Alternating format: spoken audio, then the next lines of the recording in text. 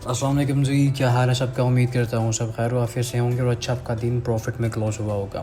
मेरा नाम अब्दुलरहमान है। वेलकम करता हूँ अपने YouTube channel Rahman FX journey में, जहाँ पे आपको गोल्ड एंड ऑयल की डेली और वीकली फोरकास्ट के बारे में गाइड किया जाता है। आई होप कि जो लेवल्स कल मैंने मार्क करवाए थे गोल्ड पे स्पेशली, वो आपने मार्क किए होंगे और लेवल्स पे आपने ट्रेड ली होंगी। अर्ली मॉर्निंग की ज़्यादा तक लेवल्स हिट हो चुके हुए थे और उसके बाद यूएस सेशन में भी कुछ ट्रेड्स मिली हैं, बाई करने का मौका मिला हमें। लंदन सेशन के अंदर भी सेल करने का मौका भी मिला और लेवल्स अप टू डेट होते रहते हैं, ग्रुप के अंदर मेंशन कर दिए जाते हैं। और मैंने बताया आपको कि टेक्निकली मार्केट आपको गलत साबित कर सकती है, लेकिन वो लेवल्स जो नहीं होते हैं वो निकल के आते हैं, फिर उनके ऊपर दोबारा बाय एंड सेल करने का मौका लाजमी मार्केट देती है। आज यूएस 30 पे भी ट्रेड हमारी चली है और बिटकॉइन की ट्रेड बताई हुई थी, वो मॉर्निंग में ही यूएस सेशन से पहले ही ऑलमोस्ट 2 मरतबा मार्केट ने हमें ट्रेड दी है। 1,07,000 से ऑलमोस्ट दी है और दोबारा मार्केट आई है, ऑलमोस्ट 80-90 पिप्स मार्केट ने दिए हैं। तो यूएस सेशन में इतना वॉल्यूम नहीं था, लेकिन after before the closing market ने काफ़ी हद तक पंप दिया है और उसकी मेन रीज़न आप फाइंड आउट भी करेंगे, उसको बताऊंगा भी आपको कि क्या रीज़न था कि मार्केट ने इतना पंप एकदम से किया। तो जो हमारे पास रेजिस्टेंस थी मार्केट ने प्ले की है, तो क्योंकि वॉल्यूम कम है तो इतना बड़ा प्ले नहीं कर पाया उसको प्रॉपर तरीके से। अगर वॉल्यूम हाई होता तो मे बी के रेजिस्टेंस ब्रेक हो जाते। फंडामेंटली मूव है तो फंडामेंटल में हमेशा ये होता है कि आपके टेक्निकल्स कुछ भी हो जाए, वहाँ पे कोई आपका बड़ी से बड़ी स्ट्रैटेजी हो, आपकी बड़ी से बड़ी कोई भी आपके स्ट्रॉन्ग रेजिस्टेंस आप चला रहे हैं या ऑर्डर ब्लॉक्स हैं, जो भी आप स्ट्रैटेजीज़ पे काम करते हैं, वो फेल होने के चांसेस 100 में से 99% होते हैं जब फंडामेंटल मूव आती है, क्योंकि मेन फंडामेंटल्स होता है जिस पर मार्केट चलती है। फंडामेंटल्स के थ्रू ही मार्केट मूवमेंट्स आती हैं। अलबत्ता ऑयल पे भी निकली ट्रेड्स, सारा कुछ निकला। अच्छा, पंप क्यों आया मार्केट में? पंप बेसिकली आया जी आपके सामने है कि जो रेट कट होने वाले हैं, जो प्रोबेबिलिटीज़ हैं वो 30 जुलाई को इंटरेस्ट रेट इंक्रीज़ या डिक्रीज़ करने के चक्कर में, लेकिन डिक्रीज़ करेंगे या कट करेंगे जो भी सीन होगा वो फेड के आने वाले इस मंथ के डाटा के ऊपर काफ़ी हद तक डिपेंड होगा।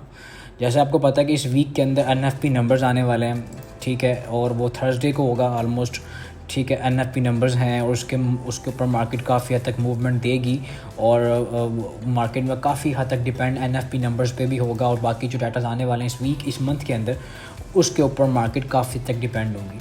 सेकंड थिंग ये है कि ट्रम्प जो है वो बिजनेसमैन सोच रखने वाला। लास्ट टाइम भी इन्होंने गेम चलाई थी हमारे साथ ट्रम्प के आने के बाद कि रेट कट होने वाले हैं और रेट कट होने की प्रोबेबिलिटीज़ बढ़ा दी गई थी, क्योंकि ट्रम्प के बिजनेसमैनों की वजह से बताया जा रहा था कि मार्केट में इंटरेस्ट रेट डिक्रीज़ होंगे।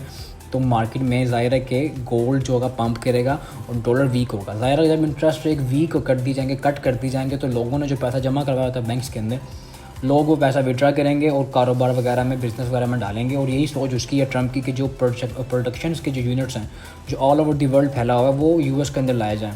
लोगों को पैसा मिलेगा कम इंटरेस्ट के ऊपर, लोग पैसा लेंगे, लोन लेंगे बैंक से, प्रोजेक्ट्स लगाएंगे, new steel mills, sectors, units, सारा कुछ लगाया जाएगा। तो उसके मुताबिक रोज़गार बढ़ेगा, महंगाई में कमी होगी। लेकिन इसका एक साइड इफ़ेक्ट भी है, क्योंकि महंगाई, इन्फ्लेशन हाई है और इन्फ्लेशन हाई की वजह से रेट कट अगर कट दिया जाएगा तो काफ़ी हद तक चीज़ें जो होंगी वो यूएस इकोनॉमी के लिए फिर काबिल गौर होंगी।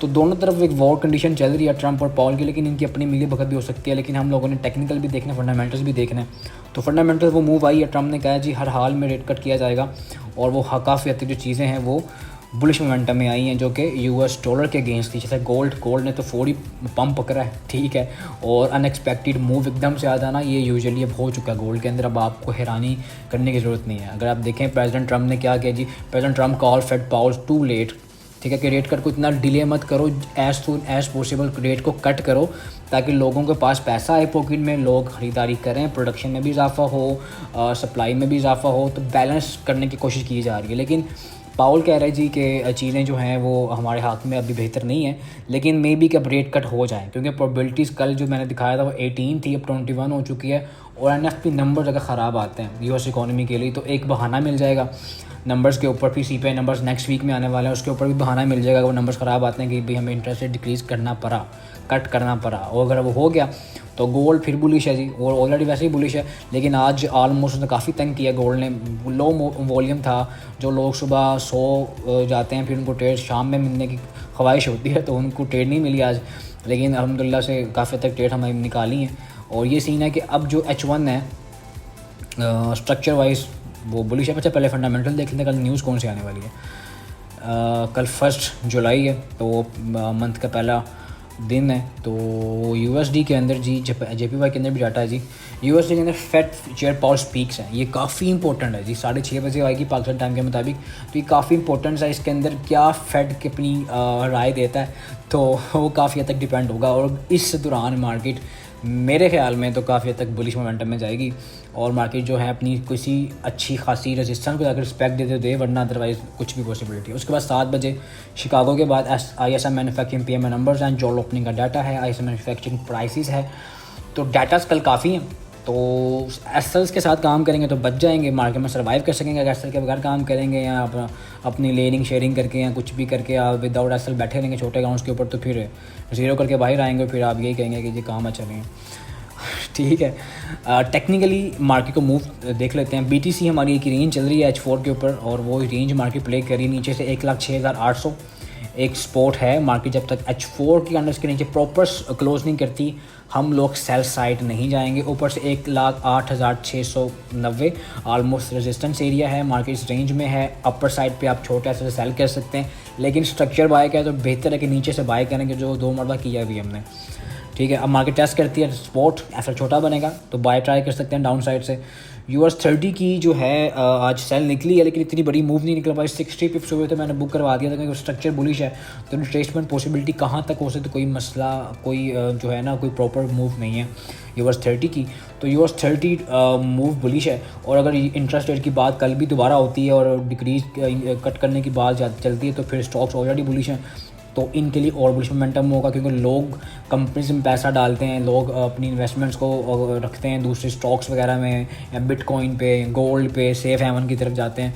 तो पैसा बैंक से निकलेगा, डॉलर से निकलेगा, पैसा जाएगा इनकी तरफ। ठीक है, क्योंकि सारा का सारा जो इम्पैक्ट आएगा ना, ज़्यादातर इम्पैक्ट आएगा आपका US बॉन्ड्स के ऊपर। और US बॉन्ड का जो इंटरेस्ट रेट डिक्रीज़ हो जाएगा तो फिर ज़ाहिर है देखिए ना काफ़ी हद तक डिक्रीज़ है, तो लोग जो है अपनी इन्वेस्टमेंट्स वहाँ डालते हैं जहाँ उनको अच्छा आउटकम आए, जहाँ इनकम आए, जहाँ से वो अपनी अर्निंग कर सकें। तो डॉलर की जगह पे फिर लोग गोल्ड की तरफ, बिटकॉइन, इन स्टॉक्स की तरफ आएंगे। तो US30 बुलिश की है और बुलिश ही देखेंगे, नीचे आता है तो अच्छे लेवल से बाय करेंगे। 43,688 एक स्पोर्ट है, लेकिन करंटली जो इसने अब मूव दिया ना वो ये वाली स्पोर्ट है 43.9, लेकिन अग्रेसिव बाय होगी यहाँ से अगर निकलती है। US 100 की तरफ तो कोई फ़िलहाल मूव नहीं है भाई, कोई ट्रेड नहीं है इसके, क्योंकि ये मार्केट टोटली बुलिश अपने ऑल टाइम हाई की तरफ है, तो अभी फ़िलहाल इस पर कोई ट्रेड नहीं है। ऑयल की बात करें तो ऑयल टेक्निकली बेरिश है और इसकी इन्वेंट्रीज़ किस दिन आने वाली हैं भी देख लेते हैं। थर्सडे को आई थिंक सो कि इन्वेंट्रीज़ होंगी। हाँ, इन्वेंट्रीज़ थर्सडे को ही ऑलमोस्ट आएंगी, तो इसको थर्सडे को ही देखेंगे। लेकिन इसकी जो टेक्निकली मूव है, टेक्निकली ऊपर से इसका एरिया है 66 और नीचे से जो इसकी सपोर्ट है वो 63.83।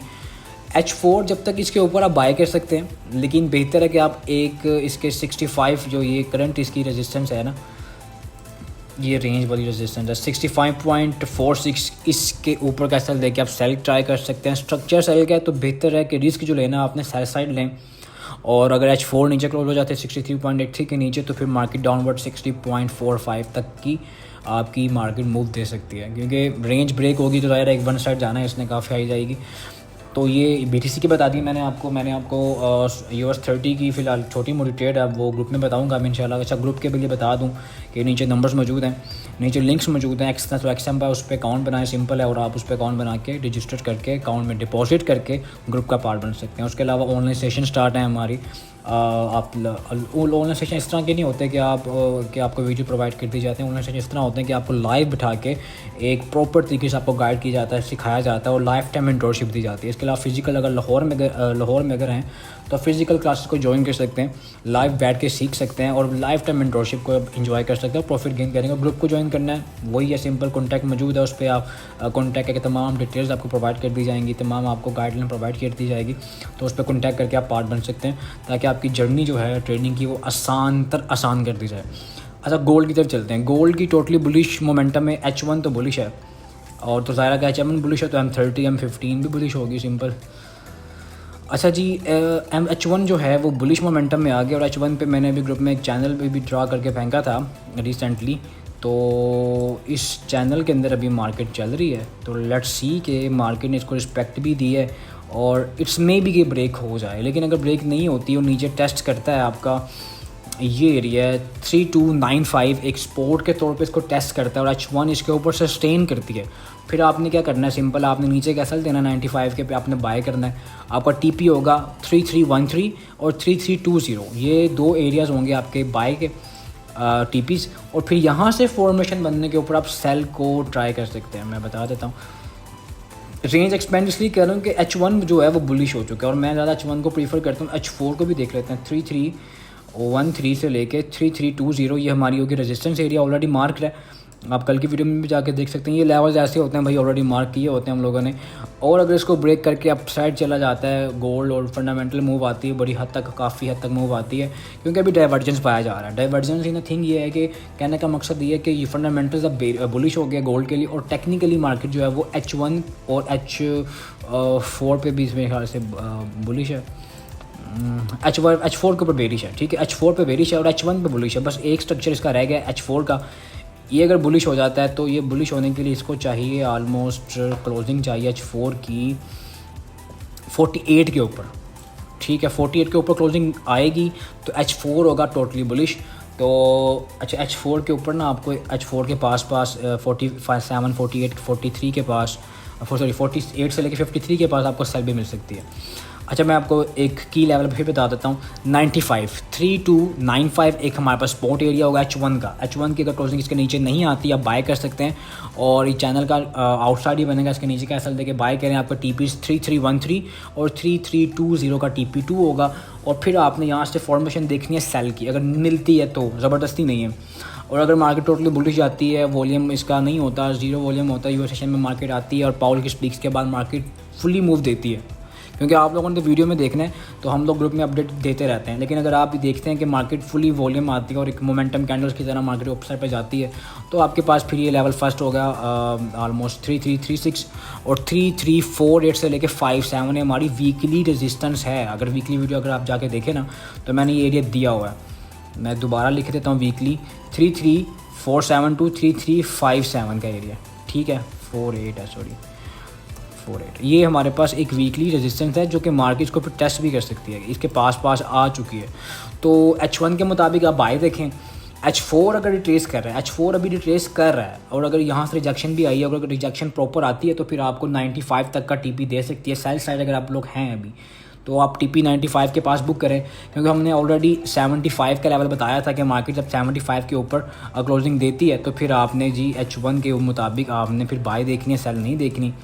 आपको देखें टेक्निकली मार्केट जो मूव देती है आपको अपनी उसी मूव को, अपनी उसी ट्रेडिंग को जो है वो कन्वर्ट करना पड़ता है, चेंज करना पड़ता है, अपने कॉन्सेप्ट को चेंज करना पड़ता है। बाय गया तो बाय देखेंगे, क्योंकि टेक्निकली मार्केट H1 पे, M30 पे, M15 पे, M5 पे अभी तक बुलिश है। M1 के ऊपर अभी थोड़ी सी इसने जो मूव दिया ये 9 से, तो थोड़ा सा वो बेरिश है, वो तो चेंज होता रहता है, लेकिन वीकली और डेली और मंथली जो बुलिश है। तो आप ये H4 का थोड़ा वेट कर लें तो आपको बाय भी करना पड़ेगा, आपको सेल भी करना पड़ेगा। लेकिन यूएस सेशन के अंदर बड़ा वॉल्यूम आने वाला कल, तो ट्राई करिए कि ऐसा कैसा काम करना है आपने, और ट्राई करें कि आप ऐसा देखें मार्केट से आउट हो जाएं और न्यू सेटअप के ऊपर न्यू लेवल्स पे काम करें और प्रॉफिट गेन करें। मुझे इतनी इजाज़त मिलती है अपनी कल की नेक्स्ट वीडियो में। अल्लाह मेरा से।